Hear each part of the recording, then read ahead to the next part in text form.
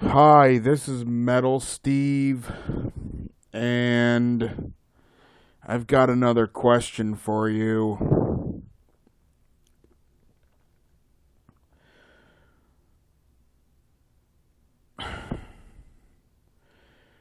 Do you think autism sensory rooms in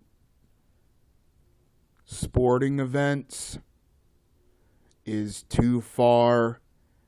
Yes or no?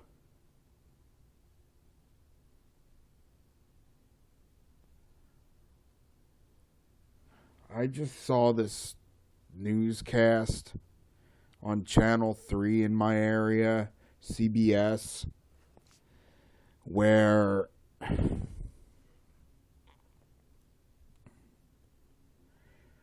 they were talking about how there was this family with this kid who had severe autism and they wanted to bring him to a hockey game, and they got a little sketchy on the details of what happened, but apparently they long story short is that the family, the mom wound up tweeting out to the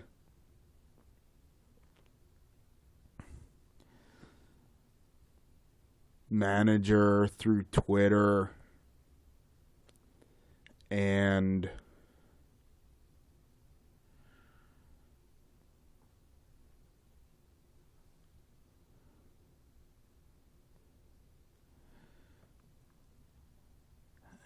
now they're starting to put sensory rooms for autism in sporting events. I personally think this marks the end of the time in world history where if people have different issues or problems that keeps them from doing certain things,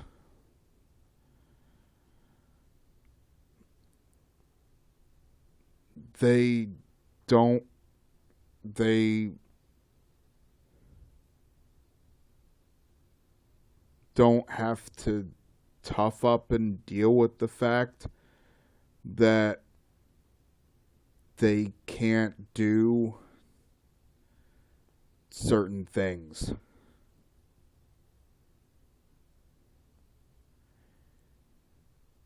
Even if their issue or problem means that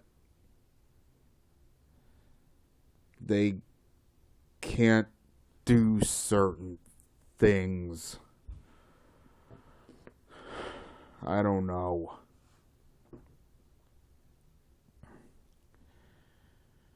I don't know, man.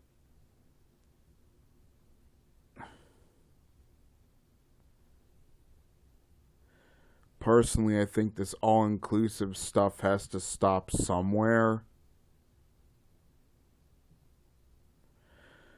because you bought a ticket for your autistic kid to get into the sports arena because nobody rides for free and it doesn't matter who you are, especially with sports, unless you win the tickets somewhere. So you've just bought these tickets, and there's also this bag that they're now going to get full of little items, including a fidget spinner or something like that. So they're going to be setting off a fidget spinner at the sporting event.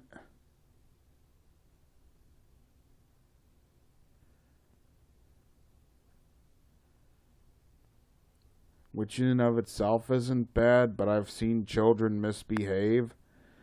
If the if the fidget spinner winds up getting involved with the sporting event, that could get really nasty really quick.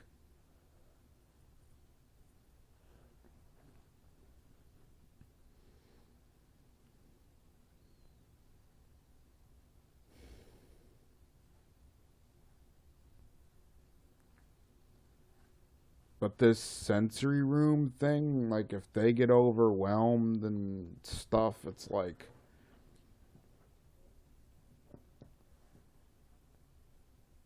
personally, I know a lot of autistic people. Some of them behave appropriately, some of them don't. I have a feeling that the kid lost his ever loving crap and drew a lot of attention to himself. And that's why the security guard said you got to calm your kid down, because the kid was past talking to. Far past talking to.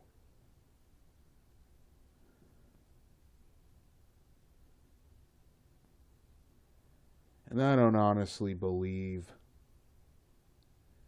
that a talking aid was banned from a stadium. Certain people will say anything to get on TV and the radio. I know it's wild and woolly out here, but I don't believe for a second. I think the kid's behavior was the problem, to be honest. Because I've seen kids misbehave, autistic or otherwise, when someone tries to take something that they really don't want taken from them, especially when they don't understand or refuse to understand why it's being taken. In this case, I'm pretty sure the kid didn't understand why it was being taken and flipped his lid.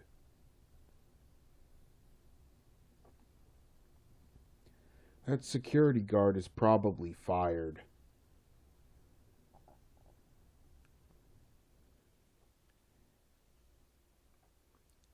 Because every case of mistreated handicapped people seems to be one-sided.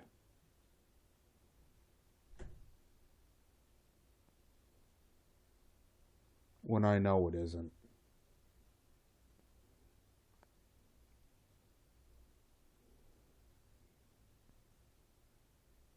I'm gonna freely state it. I've done my share of misbehaving when I was a kid. I've always been a rebel.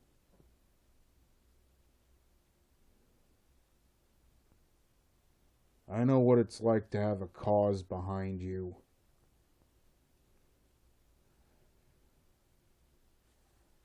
These people now, pardon me, but they seem to be acting very similar to the thing that almost ruined TV with the PTA.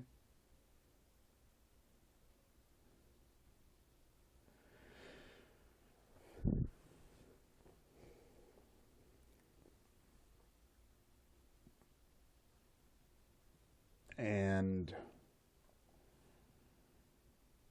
now they have a cause and they're not going to shut up. Ever. Ever, ever, ever.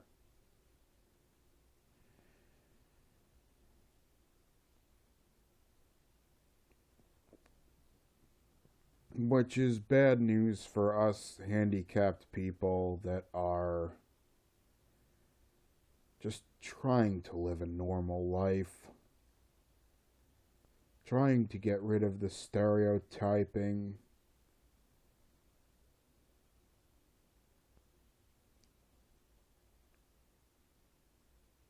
I don't know. I have no idea anymore. This has gotten way out of control. That's my personal opinion. I'm fully understanding of the other side here, but just because I can understand the logic doesn't mean I like it.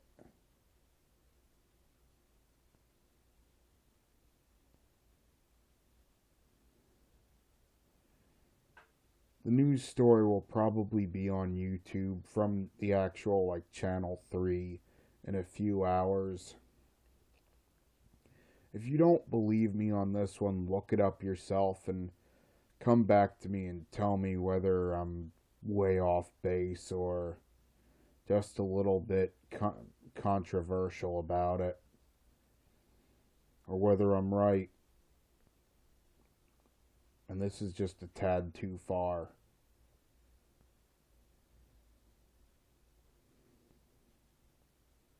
Alright, this is Metal Steve signing off. And oops, I dropped the phone. And I hope I'm not offending anybody when I'm doing this. Later.